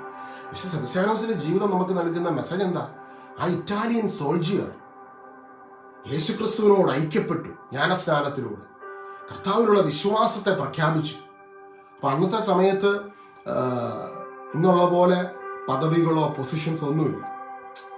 ക്രിസ്തുവിൽ വിശ്വസിക്കുന്ന വ്യക്തിയാണെന്ന് പറഞ്ഞു കഴിഞ്ഞാൽ കള്ളന്മാരുടെ കൂടെ പെടുത്തി ഗ്ലാഡിയേറ്റേഴ്സ് ആയിട്ട് റോമിലെ കൊളോസ്യത്തിനകത്തോട്ട് അവരെ കൊണ്ടുപോയി മൃഗങ്ങൾക്കൊക്കെ വലിച്ചെറിഞ്ഞു കൊടുക്കുക. അപ്പോൾ ആ സമയത്ത് സത്യത്തിൽ ലോകത്തിന്റെ രീതി ചിന്തിക്കുവാണെങ്കിൽ ഏറ്റവും എല്ലാം നഷ്ടപ്പെടുന്ന വ്യക്തികൾ, എല്ലാം കൈമോശം വരുന്ന വ്യക്തികൾ, മണ്ടന്മാർ, പൊട്ടന്മാരെന്നൊക്കെ ലോകത്തിലുള്ള മനുഷ്യർ പറയുമ്പോൾ ഇവർ അതിന്റെ നടുവിൽ നിന്നുകൊണ്ട് പ്രഖ്യാപിക്കുകയാണ്, അല്ലയോ റോമിലുള്ള മനുഷ്യരെ, സർവശക്തനായ ദൈവത്തോട് ഞങ്ങൾ സ്നാനത്തിൽ ഏകീഭവിച്ചിരിക്കുന്നു, അവൻ ഞങ്ങളുടെ ഉള്ളിലുണ്ട്, ഈ പ്രപഞ്ചത്തിന്റെ വെളിച്ചമാകുന്ന ക്രിസ്തു ഞങ്ങളുടെ ഉള്ളിൽ വസിക്കുന്നു. ഇത് കേട്ടപ്പോൾ അന്നത്തെ നീറോ ചക്രവർത്തി പറഞ്ഞെങ്കിൽ നിങ്ങൾ റോമാ നഗരം മുഴുവനും വെളിച്ചം പകരുന്നവരാകട്ടെ എന്ന് പറഞ്ഞ് ഈ മനുഷ്യരെ മുഴുവനും ഈ ലൈറ്റ് സ്റ്റാമ്പായിട്ട്, അതായത് അവരെ കൊണ്ട് ഈ നമ്മുടെ തൂണി കെട്ടി അവരെ കത്തിച്ചു, ജീവനോടെ കത്തിച്ചു. അപ്പൊ ജീവനോടെ കത്തിക്കുന്ന സമയത്തും അവർ പറഞ്ഞു, ഈ റോമാ നഗരം മുഴുവനും ക്രിസ്തുവിന്റെ അഭിഷേകം കൊണ്ട് നിറയപ്പെടട്ടെ. ആ വേദനകൾ അവരെ തളർത്തിയില്ല. അതിന്റെ നടുവിൽ നിന്നുകൊണ്ട് അവർ ക്രിസ്തുവിനെ ആ വേദനയ്ക്ക് നടുവിൽ നിന്ന് പ്രഖ്യാപിച്ചപ്പോൾ റോമാ നഗരം മുഴുവനും അഭിഷേകം കൊണ്ട് നിറഞ്ഞു. അപ്പോൾ ആ ചക്രവർത്തിമാരും രാജാക്കന്മാരും പരസ്പരം ചോദിച്ചു, ഇവരുടെ ഉള്ളിൽ പ്രവർത്തിക്കുന്ന, ഇവരുടെ പിന്നിൽ പ്രവർത്തിക്കുന്ന ശക്തി എന്താണ്? രഹസ്യം എന്താണ്? ഈ രഹസ്യം തപ്പിയാണ് ലോകത്തിലെ ചരിത്രം മുഴുവൻ തപ്പിക്കഴിഞ്ഞാൽ നമ്മൾ രാജാക്കന്മാർ തിരഞ്ഞുകൊണ്ട് നടന്നത്. ക്രിസ്തു വിശ്വാസത്തിന്റെ പിന്നിലെ നിഗൂഢത എന്താണ്? രഹസ്യം എന്താണ്? ആ രഹസ്യം ക്രിസ്തുവാണ്, പരിശുദ്ധാത്മാവിന്റെ അഭിഷേകമാണ്. പരിശുദ്ധാത്മാവിന്റെ അഭിഷേകം കിട്ടിയ വ്യക്തി കത്തി അമരുമ്പോൾ അവൻ ക്ഷമിച്ചുകൊണ്ട് അവരെ അനുഗ്രഹിച്ച് പ്രാർത്ഥിക്കുക. ആ രഹസ്യത്തിന് മുൻപിൽ ചക്രവർത്തിമാരുടെ സാമ്രാജ്യങ്ങൾ തകർന്നടിഞ്ഞു. അതുകൊണ്ട് അപ്പോസ്തല പ്രവർത്തനങ്ങളിൽ പറയുന്നത്, ക്രിസ്തുവിൽ വിശ്വസിക്കുന്ന സാധാരണ മനുഷ്യർ സുവിശേഷവുമായി കടന്നു വരുമ്പോൾ തെരുവുകളിൽ പ്രസംഗിക്കുമ്പോൾ വചനത്തിൽ രേഖപ്പെടുത്തിയിരിക്കുക, ലോകത്തെ കീഴ്മേൽ മറിച്ചവന്മാർ ഇവിടെ വന്നിരിക്കുന്നു. ലോകത്തെ കീഴ്മേൽ മറിച്ചവർ യുദ്ധങ്ങളിലൂടെയല്ല അവർ കീഴ്മേൽ മറിച്ചത്, ഫൊർഗീവ്നെസ്സിലൂടെ, പരിശുദ്ധാത്മ അഭിഷേകത്തിലൂടെ, ദൈവ സ്നേഹമുള്ള ഒരു അപ്പനാന്ന് വെളിപ്പെടുത്തി കൊടുത്തുകൊണ്ട്. ദൈവത്തെ പിതാവ് എന്ന് വിളിക്കുമ്പോൾ അതിന്റെ നടുവിൽ അവിടെ മറയൊന്നുമില്ല. ഡയറക്റ്റായിട്ട് ഏത് മനുഷ്യനും ദൈവത്തെ പിതാവ് എന്ന് വിളിക്കാം, ഏത് മനുഷ്യനും ഈ അപ്പനോട് സംസാരിക്കാം, ഏത് വ്യക്തിയും ചേർത്ത് നിർത്തുന്ന, സ്നേഹിക്കുന്ന, നെഞ്ചോട് ചേർത്ത് വെക്കുന്ന ഒരു അപ്പനാണ്. ഈ അപ്പന്റെ ചൂട്, നെഞ്ചിന്റെ ചൂട്, അപ്പന്റെ സ്നേഹം, അപ്പന്റെ ആ കരുണ യഥാർത്ഥത്തിൽ രുചിച്ചറിഞ്ഞവർക്ക്, അവർക്ക് രക്തസാക്ഷിത്വം എന്നുള്ളത് ശരീരത്തിൽ നിന്ന് പെട്ടെന്ന് എത്രയും വേഗം പോയി യേശുവിലേക്ക് ചേരാനുള്ള ഒരു ഓപ്പർച്യൂണിറ്റിയാണ്. അതായിരുന്നു അവരെ സംബന്ധിച്ചിടത്തോളം. അതായത് അവര് പേടിച്ചു പറച്ചൊന്നുമല്ല, പരിശുദ്ധാത്മ അഭിഷേകത്തിന്റെ പൂർണ്ണതയിൽ അവർ നിന്നിരുന്നു. ഞാൻ പറയുന്ന കട്ടിയായിട്ട് തോന്നുന്നുണ്ട്. റോമിലുള്ള ആൾക്കാരെ കുറിച്ചാണ് പറയുന്നത്. നമ്മൾ പണ്ടത്തെ റോമാ മതം പോലെ നമുക്കിന്ന് ലോകത്തിലെ വലിയ ഓർഗനൈസ്ഡ് റിലീജിയനൊക്കെ ഉണ്ട്. പക്ഷെ ഞാൻ ഈ പറഞ്ഞ ഈ ഒരു സംഭവം ഇതിനകത്താണ്. അതായത് ഇതിന്റെ എസൻസ് എന്ന് പറഞ്ഞാൽ ക്രിസ്തുവിനോട് ചേർന്ന് പരിശുദ്ധാത്മ ശക്തിയിൽ നമ്മൾ നിറയപ്പെടുക.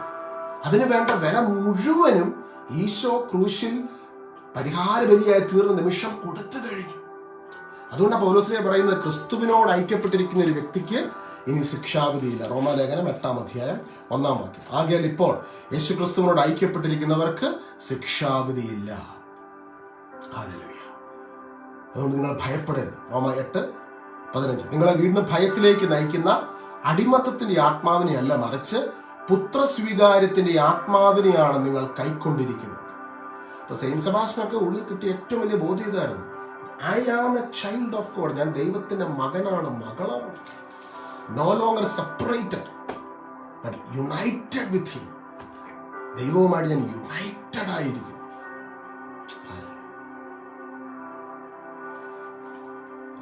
നിങ്ങളെ വീണ്ടും ഭയത്തിലേക്ക് നയിക്കുന്ന അടിമത്തത്തിന്റെ ആത്മാവിനെ അല്ല, മറിച്ച് പുത്രസ്വീകാര്യത്തിന്റെ ആത്മാവിനെയാണ് നിങ്ങൾ കൈക്കൊണ്ടിരിക്കുന്നത്. ഈ ആത്മാവ് മൂലമാണ് നാം അബ്ബാ പിതാവേ എന്ന് വിളിക്കുന്നത്. ഈ ആത്മാവ് മൂലമാണ്. ചിലപ്പോൾ നിങ്ങളുടെ വീട്ടിൽ നിങ്ങളുടെ പ്രാർത്ഥനയ്ക്കും വിശ്വാസത്തിനും എതിരായിട്ട് ആൾക്കാർ കാണും. നിങ്ങളെ സപ്പോർട്ട് ചെയ്യാൻ ആരും ഇല്ലാത്ത പോലെ തോന്നുന്നുണ്ടായിരിക്കും. അതിന്റെ നടുവിൽ നിന്നുകൊണ്ട് അവരെ സ്നേഹിക്കുന്ന നിങ്ങൾ ദൈവത്തിന്റെ ഈ ഭൂമിയിൽ ഏറ്റവും വലിയ ചാമ്പ്യനായിരിക്കും. കണ്ടോ? ദൈവത്തിന്റെ ഈ ഭൂമിയിലല്ല, ദൈവത്തിന്റെ ഹീറോസ് എന്ന് പറഞ്ഞു കഴിഞ്ഞാൽ സ്പൈഡർമാനോ സൂപ്പർമാനോ അല്ലെങ്കിൽ സിനിമാ താരങ്ങളിലെ സ്വർഗത്തിന്റെ ഹീറോസാണ്. ഇപ്പൊ നിങ്ങളൊരു വീട്ടില് നിങ്ങൾ എല്ലാ തരത്തിലും ഞെരുക്കത്തിലൂടെ കടന്നു പോകും. അതിന്റെ നടുവിൽ പരിശുദ്ധാത്മ അഭിഷേകത്തിൽ നിന്ന് നിങ്ങൾ നിങ്ങളുടെ ഹസ്ബൻഡിനോട്, നിങ്ങളുടെ വൈഫിനോട്, നിങ്ങളുടെ സഹോദരങ്ങളോട് അവരെ സ്നേഹിക്കുകയും ക്ഷമിക്കുകയും അനുഗ്രഹിച്ച് പ്രാർത്ഥിക്കുകയും ചെയ്യുമ്പോൾ നിങ്ങൾ സ്വർഗത്തിന്റെ ചാമ്പ്യനായി മാറുക. അതിൻ്റെ നടുവിൽ നമ്മൾ ദൈവത്തോട് ഫെലോഷിപ്പ് ചെയ്യണം, പ്രാർത്ഥിക്കണം. ദൈവത്തോട് പ്രാർത്ഥിക്കുന്നത് എങ്ങനെയാണ്? ദൈവം നമ്മുടെ പിതാവാണെന്നുള്ള ബോധ്യത്തിൽ പ്രാർത്ഥിക്കണം. റോമിലുള്ള ഓരോ രക്തസാക്ഷികളുടെ ജീവിതം അല്ലെങ്കിൽ അന്നത്തെ സെയിൻസിന്റെ ജീവിതം എടുത്ത് നോക്കി കഴിഞ്ഞാൽ അത്ഭുതങ്ങളും അടയാളങ്ങളും വീര്യപ്രവർത്തികളും അതിശക്തമായ തിരുവോരങ്ങളിലൊക്കെ നടന്നുകൊണ്ടിരിക്കും. ഇന്നും നടന്നുകൊണ്ടിരിക്കുകയല്ലേ. ജനുവരി മാസം സെയിന്റ് സെബാസ്റ്റ്യന്റെ കാര്യം നമ്മൾ ഓർക്കുമ്പോൾ തന്നെ എന്തുവേറെ മിറക്കിൾ സംഭവിച്ചുകൊണ്ടിരിക്കും. അതാ അഭിഷേകം അവിടെ വെളിപ്പെട്ട ക്രിസ്തുവിന്റെ ശക്തിയാണ്. ആ ശക്തി 2000 വർഷം കഴിഞ്ഞ് മൂവ് ചെയ്യുന്നുണ്ടെങ്കിൽ അതിന്റെ റൂട്ടിലേക്ക് വന്നു കഴിയുമ്പോൾ അവിടെ കാണുന്നത് ക്രിസ്തുവിനുള്ള വിശ്വാസമാണ്, ക്രിസ്തുവിന്റെ നിർമ്മലമായ വിശ്വാസമാണ്, ക്രിസ്തുവിനോട് ഐക്യപ്പെട്ടിരിക്കുന്നു എന്നുള്ള വലിയ ബോധ്യമാണ്. സ്നാനത്തിലൂടെ ക്രിസ്തുവിനോട് ഏകീഭവിച്ചു.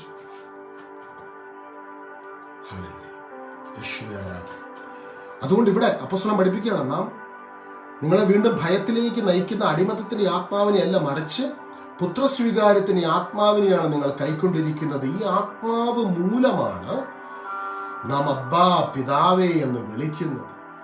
പരിശുദ്ധാത്മാവ് മൂലം മാത്രം, പരിശുദ്ധാത്മാവ് ലഭിച്ച ഒരു വ്യക്തിക്കാണ് ദൈവത്തെ പിതാവേ എന്ന് വിളിക്കാനുള്ള കോൺഫിഡൻസ് കിട്ടുന്നത്. പരിശുദ്ധാത്മാവ് ലഭിക്കുന്നതിന് വേണ്ട വില മുഴുവൻ ഈശോ ക്രൂശിൽ കൊടുത്തു. ഇനി ദൈവത്തെ പരിശുദ്ധാത്മാവിൽ നിറഞ്ഞുകൊണ്ട് പിതാവേ എന്ന് വിളിക്കുമ്പോൾ നിന്റെ പ്രാർത്ഥന സ്വർഗത്തെ ചലിപ്പിക്കും. നിന്റെ പ്രാർത്ഥനയ്ക്ക് സ്വർഗത്തിൽ വലിയ ചലനങ്ങളുണ്ടാകും. പരിശുദ്ധാത്മ അഭിഷേകത്തിൽ നിറഞ്ഞുകൊണ്ട് നമ്മൾ കണ്ണുനീരോടെ പ്രാർത്ഥിക്കുമ്പോൾ ആ പ്രാർത്ഥന സ്വർഗത്തിലെത്തും. സ്വർഗത്തെ ചലിപ്പിക്കുക. ഈ ഭൂമിയിൽ അത്ഭുതങ്ങൾ നടക്കും, അടയാളങ്ങൾ നടക്കും. അതുകൊണ്ടാണ് ഈശോ പഠിപ്പിച്ച കാര്യം, അതായത് നിങ്ങൾ പ്രാർത്ഥിക്കുമ്പോൾ ചോദിക്കുകയും പ്രാർത്ഥിക്കുകയും യാചിക്കുകയും ചെയ്യുന്ന എന്തും ലഭിക്കുമെന്ന് വിശ്വസിക്കുവിൻ, അത് നിങ്ങൾക്ക് ലഭിക്കുക തന്നെ ചെയ്യും. ഹല്ലേലൂയ. മർക്കോസ് 11:24. നമ്മൾ പ്രാർത്ഥിക്കുകയും യാചിക്കുകയും ചെയ്യുന്നത് എന്തും ലഭിക്കുമെന്ന് വിശ്വസിക്കുവിൻ, അത് നിങ്ങൾക്ക് ലഭിക്കുക തന്നെ ചെയ്യും. ഇന്ന് വിശ്വസിക്കുന്നെങ്കിൽ പ്രാർത്ഥിക്കുന്ന വിഷയങ്ങൾക്കുള്ളിലേക്ക് കർത്താവിന്റെ കരുണ കടന്നു വരും, കർത്താവിന്റെ മഹത്വം കടന്നു വരും. നമ്മുടെ ആവശ്യങ്ങൾക്കുള്ളിലേക്ക്, നമ്മുടെ ആവശ്യങ്ങൾ എന്താണെന്ന് പെർഫെക്റ്റ് ആണ് ദൈവത്തിന്. അവിടെ ദൈവത്തിന്റെ പെർഫെക്റ്റ് ആയിട്ടുള്ള ഹിതം കൊടുക്കും, പെർഫെക്റ്റ് ആയിട്ടുള്ള ദൈവപ്രവർത്തി കൊടുക്കും. പലപ്പോഴും നമുക്ക് ഈ ആന്തരിക മുറിവിന് സൗഖ്യം കിട്ടാത്ത കാരണം മറ്റുള്ളവരുടെ മുമ്പിൽ പ്രൂവ് ചെയ്യാൻ വേണ്ടി നമ്മൾ ചില കാര്യങ്ങൾ ദൈവത്തോട് ചോദിക്കും. അത് എന്നെ വേദനിപ്പിച്ചവരുടെ മുൻപിൽ എനിക്കൊന്ന് അവരെക്കാളും ഷൈൻ ചെയ്യണം, അപ്പം അവരെക്കാളും വലിയ ഇത് വേണം, അവരെക്കാളും വലിയ കാറ് വേണം, അവരെക്കാളും വലിയ അത് പദവി വേണം എന്നൊക്കെ പറഞ്ഞ് നമ്മൾ ചോദിക്കുമ്പോൾ അവിടെ ആന്തരിക മുറിവ് സൗഖ്യമാക്കപ്പെടുന്നില്ല. അതുകൊണ്ടാണ് ഈ പ്രാർത്ഥനകളിൽ പലപ്പോഴും ഉത്തരം നമ്മൾ ഉദ്ദേശിക്കുന്ന പോലെ വരാം. പക്ഷെ ആന്തരികമായ സൗഖ്യം ക്രിസ്തുവിന്റെ സ്നേഹത്തിലൂടെ സ്വീകരിക്കുകയും നമ്മളെ വേദനിപ്പിച്ചവരോട് ക്ഷമിക്കുകയും ചെയ്യുമ്പോൾ നമുക്ക് പ്രൂവ് ചെയ്യാന്നുള്ള ആ ഒരു ആഗ്രഹത്തെക്കാൾ ഉപരിയായിട്ട് ദൈവഹിതം നടക്കണം എന്നുള്ള ആഗ്രഹം വരും. ആ സമയത്ത് ദൈവത്തിന് നമ്മൾ ചിന്തിക്കുന്നതിനും അപ്പുറമായിട്ട് അനുഗ്രഹിക്കാനും പറ്റും. അപ്പൊ നിങ്ങൾ ഉദ്ദേശിക്കുന്ന വീടിന്റെ വലിപ്പം ഇതാണെങ്കിൽ ദൈവത്തിനത് അതിനും വലുതാക്കി നിങ്ങളെ ബ്ലസ് ചെയ്യാൻ പറ്റും. പക്ഷെ ആ ബ്ലസ് ചെയ്യണമെങ്കിൽ നമ്മുടെ ഉള്ളിലെ ആന്തരിക സൗഖ്യത്തിന്റെ തലങ്ങൾ ആഴപ്പെടുന്നതോടുകൂടി നമ്മൾ ഉദ്ദേശിക്കുന്നതിലും ചിന്തിക്കുന്നതിലും വലിയ അനുഗ്രഹങ്ങൾ നമ്മുടെ ചുറ്റും വെളിപ്പെടും. ഇപ്പൊ റോമിലെ കാര്യം ഞാനിന്ന് പറഞ്ഞല്ലോ. അവിടെ ഇന്ന് റോമിൽ നിങ്ങളത് ചെന്ന് നോക്കിക്കേ, ചർച്ചിന്റെ വാറ്റിക്കൻ ഇരിക്കുന്ന റോമിന്റെ നടുക്കല്ലേ. ആ സ്ഥലം മുഴുവനും ക്രൈസ്തവ വിശ്വാസത്തിന്റെ കേന്ദ്രമായി മാറി. അനുഗ്രഹം കൊണ്ട് ആന്തരിക സൗഖ്യം ഉണ്ടായിരുന്ന ഒരു തലമുറയുണ്ടായിരുന്നു. അപ്പോൾ ഇന്ന് ആന്തരിക സൗഖ്യമുള്ള ഒരു വ്യക്തി, ആ വ്യക്തി പ്രാർത്ഥിക്കുമ്പോൾ ആ പിതാവിന്റെ അഭിഷേകം നിന്റെ വീട്ടിൽ വന്ന് അറിയപ്പെടുമ്പോൾ റോമിനെ അനുഗ്രഹിച്ച, ഇസ്രായേലിനെ അനുഗ്രഹിച്ച അതേ ദൈവത്തിന്റെ മഹത്വമാണ് നിന്റെ പറമ്പ്, നീ ആയിരിക്കുന്ന സ്ഥലം മുഴുവൻ വ്യാപരിക്കുന്നത്. തലമുറകൾ നിന്നെ ഓർത്ത് ദൈവത്തെ മഹത്വപ്പെടുത്തും. കാരണം അവിടെ മുഴുവൻ ഇറങ്ങുന്നത് സ്വർഗത്തിന്റെ പിതാവിന്റെ ശക്തിയാണ്, അഭിഷേകമാണ്. ഹല്ലേലൂയ. സ്വർഗത്തിലെ ദൈവത്തിന്റെ വലിയ മഹത്വമാണ് ഇറങ്ങി വരുന്നത്. അതുകൊണ്ട് ഈശോ പഠിപ്പിക്കുകയാണ് നിങ്ങളൊരു ദൈവത്തോട് പ്രാർത്ഥിക്കുമ്പോൾ സ്നേഹിതനോടൊന്ന പോലെ പ്രാർത്ഥിക്കുക. സ്നേഹിതൻ ഒരു ആവശ്യം വന്നു കഴിയുമ്പോൾ സ്നേഹിതനോട് ചോദിക്കുമ്പോൾ നീ എനിക്കൊരു 3 അപ്പം തരിക എന്ന് പറയുമ്പോൾ അവൻ രാത്രി കഥ കടച്ച് കുഞ്ഞുങ്ങളൊക്കെ ആയിട്ട് കിടന്ന് ഉറങ്ങുവാണെങ്കിൽ നിർബന്ധ നിമിത്തം നിന്റെ സ്നേഹിതനാകൽ നിനക്ക് വേണ്ടത് നൽകും. സ്നേഹമുള്ളൊരു പിതാവാണ് ദൈവം. അവൻ നിന്നെ സ്നേഹിക്കുന്ന സ്നേഹിതനാണ്. ഈ ബോധ്യത്തിൽ പ്രാർത്ഥിക്കുന്ന നിമിഷം ആരോടെങ്കിലും നിങ്ങൾക്ക് ക്ഷമിക്കേണ്ടതായിട്ടുണ്ടെങ്കിൽ അവരോട് ക്ഷമിച്ചുകൊണ്ട് പ്രാർത്ഥിക്കും. നമുക്കൊന്നും പ്രൂവ് ചെയ്യാനല്ല. കർത്താവിന്റെ ആത്മാവ് നമ്മുടെ ജീവിതത്തിലേക്ക് കടന്നു വരുമ്പോൾ ആത്മാവിന്റെ തലം, അതിന്റെ സ്വഭാവം ഞാൻ നിങ്ങളോടൊരു അനുഭവത്തിന് വിളിച്ചത് പറയും. നമുക്ക് ആരുടെ മുമ്പിൽ അങ്ങനെ പ്രൂവ് ചെയ്യണ്ട. ഇപ്പം ദൈവം നൽകുന്ന ആന്തരിക സൗഖ്യം ഉള്ളിലോട്ട് സ്വീകരിച്ചു കഴിയുമ്പോൾ ദൈവം നൽകുന്ന എല്ലാ അനുഗ്രഹങ്ങളും ഓട്ടോമാറ്റിക്കലി അതെല്ലാം സപ്ലൈഡാണ്. ആരെ നമ്മൾ കാണിക്കാനോ പ്രൂവ് ചെയ്യാനൊന്നും വേണം. നിനക്ക് വേണ്ടത് ഏറ്റവും ബെസ്റ്റ് ആയിട്ടുള്ളത്, ഏറ്റവും അനുഗ്രഹപ്രദമായിട്ടുള്ളത്, ഏറ്റവും നന്മയായിട്ടുള്ളത് നിന്റെ ജീവിതത്തിന്റെ ഉള്ളിലേക്ക് കടന്നു വരും. സങ്കീർത്തനം 23 മനോഹര ഒരു വാക്യം, നന്മയും കരുണയും ആയുഷ്കാലമൊക്കെയും നിന്നെ പിന്തുടരും. Goodness and mercy shall follows you all the days of your life.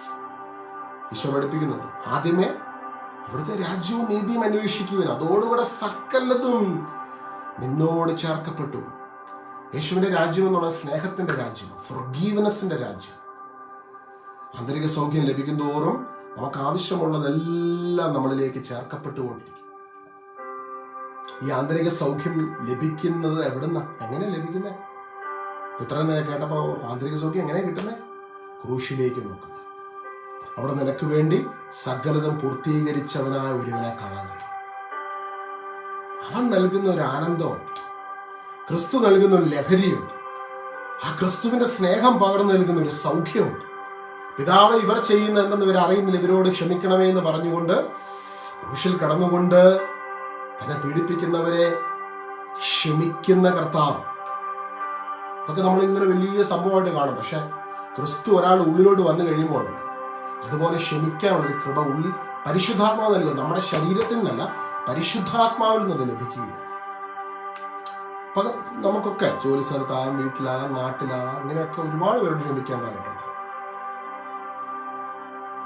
അവരോട് ക്ഷമിക്കുമ്പോൾ ദൈവത്തിന്റെ ആത്മാവിന്റെ ശക്തി തൊട്ടുപുറകെ വരുന്നുണ്ട്. കാരണം മനുഷ്യരെ തമ്മിലടിപ്പിക്കുകയും പ്രതിസന്ധികൾ ഉണ്ടാക്കുകയും ചെയ്യുന്ന ദുഷ്ടാരൂപികളെ ദഹിപ്പിച്ച് കളയുന്ന വലിയൊരു അഭിഷേകവും അതിന് തൊട്ടു പിന്നാലെ വരുന്നു. ഹെബ്രായർ 12:21 അവിടുന്ന് ദഹിപ്പിക്കുന്ന അഗ്നിയാണ്. ഒരു ക്രിസ്തുവിശ്വാസി ക്ഷമിക്കുമ്പോൾ മനസ്സിലാക്കിക്കോണം, അത് പരാജയമല്ല. ഒരാളെ നിനക്കെതിരെ തിരിപ്പിക്കുന്ന, കൂടോത്രം ചെയ്യിപ്പിക്കുന്ന, ആഭിചാരം ചെയ്യിപ്പിക്കുന്ന, അല്ലെങ്കിൽ മനുഷ്യരെ തമ്മിൽ അടിപ്പിക്കുന്ന ദുഷ്ടാരൂപികളുടെ പ്രവർത്തനങ്ങൾ പരിശുദ്ധാത്മ അഭിഷേകത്തിലൂടെ ദഹിപ്പിക്കപ്പെടും, തകർക്കപ്പെടും. ആ ദുഷ്ടാരൂപികൾ പൊള്ളും. അവരെ കർത്താവിന്റെ ആത്മാവിന്റെ ശക്തി, ആ ശക്തിയുടെ മുൻപിൽ, പരിശുദ്ധാത്മാവാം ദൈവത്തിന്റെ ശക്തിയുടെ മുൻപിൽ അവ ദഹിപ്പിക്കപ്പെടും. അപ്പൊ ഇന്ന് ഈ ഒരു ഈവനിങ് പ്രാർത്ഥനയിൽ നിങ്ങൾ പങ്കെടുത്തുകൊണ്ടിരിക്കുമ്പോൾ തന്നെ പരിശുദ്ധാത്മാവിന്റെ ശക്തി തളച്ചിട്ടതുപോലെ ചില അവസ്ഥകൾ കിടക്കുന്ന ചില വ്യക്തികൾ, ചില കുടുംബങ്ങൾ, അവിടെയുള്ള ദുഷ്ടാരൂപിയുടെ പ്രവർത്തനങ്ങളെ ദഹിപ്പിച്ചു കളയുന്ന പരിശുദ്ധാത്മാവിന്റെ വിഷയം ഈ നിമിഷമാണ്. നമ്മുടെ ജീവിതത്തെ കർത്താവ് ഇങ്ങനെ ഒരു കാര്യം പറയുന്നത്, വിശാലമാക്കുന്നതിൽ നിന്നും തടസ്സം ചെയ്യുന്ന ദുഷ്ടാരൂപിയുടെ പ്രവർത്തനങ്ങളെ ദൈവം ദഹിപ്പിച്ചു കളയും. വളർച്ചയെ തടസ്സം ചെയ്യുന്ന ദുഷ്ടാരൂപിയുടെ പ്രവർത്തനങ്ങളെ ദൈവം ദഹിപ്പിച്ചു കളയും. നന്മകളെ തടസ്സം ചെയ്ത് നിൽക്കുന്ന ദുഷ്ടാരൂപിയുടെ പ്രവർത്തനങ്ങളെ ദൈവം ദഹിപ്പിച്ചു കളയും. ഉയർച്ചകളെ തടസ്സം ചെയ്ത് നിൽക്കുന്ന കർമ്മക്രിയകളുടെ ശക്തികളെ ദൈവം ദഹിപ്പിച്ചു കളയും. പരിശുദ്ധാത്മാവിന്റെ ശക്തി വരുമ്പോൾ, പരിശുദ്ധാത്മാവിന്റെ ശക്തി ദുഷ്ടാരൂപികൾ, പൈശാചിക ദുഷ്ട അരൂപികളെ അതിനെ ദഹിപ്പിച്ചു കളയും, അതിനെ വേരോടെ പറിച്ചു കളയും. അതാണ് പരിശുദ്ധാത്മാവിന്റെ ശക്തി. പൗലോസും സീലാസും കാരാഗ്രഹത്തിൽ കിടന്ന് ആരാധിക്കുമ്പോൾ ആ ശക്തിയാണ് കാരാഗ്രഹ വാതിലിന്റെ അടിത്തറയെ കുലുക്കിയത്. ആ ശക്തി ഓരോ ഭവനങ്ങളിലേക്കും ഇറങ്ങി നിൽക്കുമാറാകട്ടെ. അതിന് തുറന്ന് പറഞ്ഞ് ഞാൻ യേശു വിശ്വസിക്കും. യേശു എനിക്ക് വേണ്ടി ക്രൂശിൽ സകലതും ചെയ്തു കഴിഞ്ഞുവെന്ന് ഞാൻ വിശ്വസിക്കും. മോശയുടെ നിയമത്തിൽ നിന്ന് ക്രിസ്തുവിന്റെ രാജ്യത്തിലേക്ക് ഞാൻ പ്രവേശിക്കപ്പെട്ടിരിക്കും. ഞാൻ ക്രിസ്തുവിനാണെന്ന് ഞാൻ വിശ്വസിക്കും. അതിന് തുറന്ന് പറഞ്ഞ മോശയുടെ നിയമത്തിൽ നിന്ന് ദൈവത്തിന്റെ രാജ്യത്തിലേക്ക് ഞാൻ പ്രവേശിക്കപ്പെട്ടിരിക്കുന്നു. കൊളോസസ് 1:13. പിതാവാം ദൈവവുമായി ഞാൻ റിക്കൺസിൽഡ് ആയിരിക്കുന്നു. കൊളോസസ് 1:20. ക്രിസ്തുവിന്റെ ഭൗതിക ശരീരമായ സഭയിൽ അവിടുന്ന് എന്നെ അനുരഞ്ജിപ്പിച്ചിരിക്കുന്നു. കൊളോസസ് 1:22. മഹത്വത്തെക്കുറിച്ചുള്ള പ്രത്യാശ ക്രിസ്തു ഇന്ന് എൻ്റെ ഉള്ളിൽ വസിക്കുന്നു. 4 കാര്യങ്ങൾ ഇപ്പൊ ഞാൻ പറഞ്ഞു. ആദ്യത്തെ ഏതാ? മോശയുടെ നിയമത്തിലും ദൈവം നമ്മളെ ഇന്ന് ക്രിസ്തുവിന്റെ രാജ്യത്തിലേക്ക് കൊണ്ടുവരും. കൊളോസസ് 1:13. അന്ധകാരത്തിന്റെ ആധിപത്യത്തിൽ നമ്മളെ വിമോചിപ്പിച്ചു, തന്റെ പ്രിയപുത്രന്റെ രാജ്യത്തിലേക്ക് ആനയിച്ചു.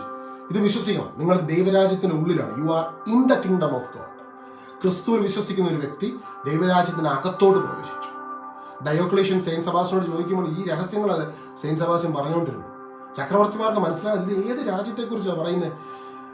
Unless you are born again you won't understand. അതുകൊണ്ട് ഈശോ നിക്കോദെമോസിനോട് പറഞ്ഞത്, കാറ്റതിന് ഇഷ്ടമുള്ളിടത്തേക്ക് വീശുക, അത് എവിടെ നിന്ന് വരുന്നത് അങ്ങോട്ട് പോകുന്നത് ആരും കാണുന്നില്ല. അതുപോലെ തന്നെയാണ് ദൈവത്തിൽ നിന്ന് ജനിച്ചു ഒരു വ്യക്തി. Unless you bone again you don't understand. അപ്പം നിക്കോദെമോസ് ചോദിക്കുക, ഞാൻ വീണ്ടും അമ്മയുടെ ഉദരത്തിൽ പോയിട്ട് വീണ്ടും ജനിക്കണോ? യേശു പറയുന്ന കാര്യം എങ്ങനെയാണ്? മോശ പിച്ചള സർപ്പത്തെ മരുഭൂമിയിൽ ഉയർത്തതുപോലെ മനുഷ്യപുത്രനും ഉയർത്തപ്പെടേണ്ടിയിരിക്കും. For God so loved the world. World famous ആയ ബൈബിൾ ഗോൾഡൻ സ്ക്രിപ്ചർ തൊട്ടുതാണ് യോഹന്നാൻ 3:17.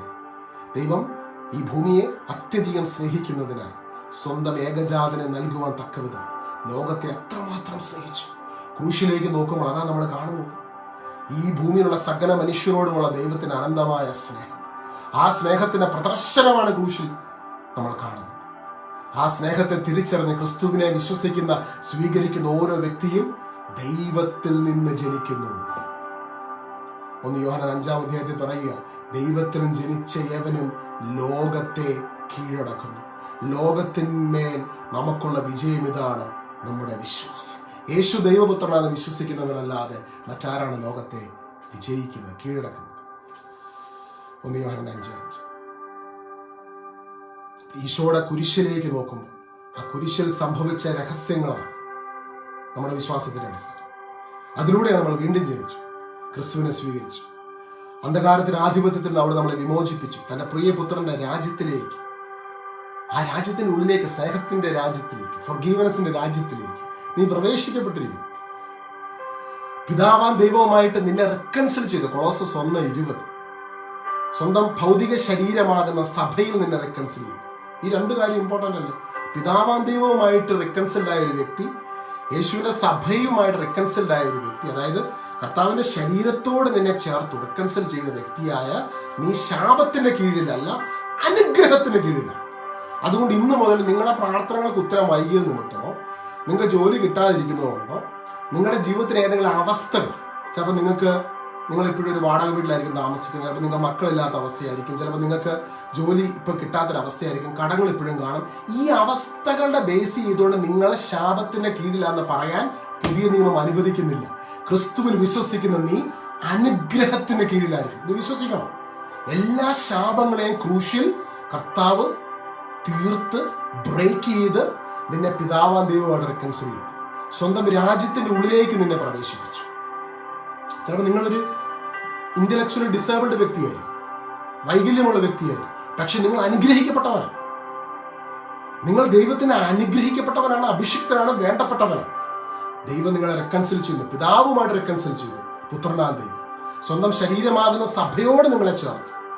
മൂന്നാമതായിട്ട് അവിടുന്ന് നിന്നെ സ്വന്തം രാജ്യത്തിന്റെ ഉള്ളിലേക്ക് പ്രവേശിച്ചു. നാലാമതായിട്ട് കൊളോസസ് 1:27 നമ്മൾ കാണുകയാണ്, മഹത്വത്തെക്കുറിച്ചുള്ള പ്രത്യാശ ക്രിസ്തു നിങ്ങളുടെ ഉള്ളിലുണ്ട്. നമ്മുടെ ഉള്ളിൽ അവിടുന്ന് രാജാവായി വന്ന് വസിക്കുകയാണ്. ഞാൻ ഈ ഡിസേബിൾഡ് ആയിട്ടുള്ള ആൾക്കാരുടെയൊക്കെ ശുശ്രൂഷ എടുക്കുമ്പോൾ ഞാൻ അവരുടെ പേരൻസിനോട് അവരോടും പറയുന്ന ഒരു കാര്യമുണ്ട്. ഈ കുഞ്ഞുങ്ങൾ ഇവര് ദൈവം വസിക്കുന്നവരാ, അനുഗ്രഹിക്കപ്പെട്ടവരാ. Hallelujah. Every teaching that comes against this comes from the devil. ഈ ടീച്ചിങ്ങിന് എതിരായിട്ട് ബൈബിളിലെ ക്രിസ്ത്യൻ ബേസിക് ടീച്ചിങ്ങിനെതിരായിട്ട് ആര് പറഞ്ഞാൽ അത് പിശാചിൽ നിന്ന് വരുന്ന ടീച്ചിങ്. അത് it doesn't come from God, it came from the devil. ദൈവത്തിൽ നിന്ന് വരുന്ന സന്ദേശം എന്താണ്? നിന്റെ സാഹചര്യമോ നിന്റെ ഇപ്പോഴത്തെ അവസ്ഥയോ നോക്കിയല്ല, ക്രിസ്തു ക്രൂശിൽ ചെയ്ത് കഴിഞ്ഞതിനെ നോക്കിയാണ് ദൈവം നിന്നെ അംഗീകരിക്കുന്നത്. കാരണം ക്രിസ്തുവിലായ ഒരു വ്യക്തി പുതിയ സൃഷ്ടിയാണ്. 2 Corinthians 5:14-5:17.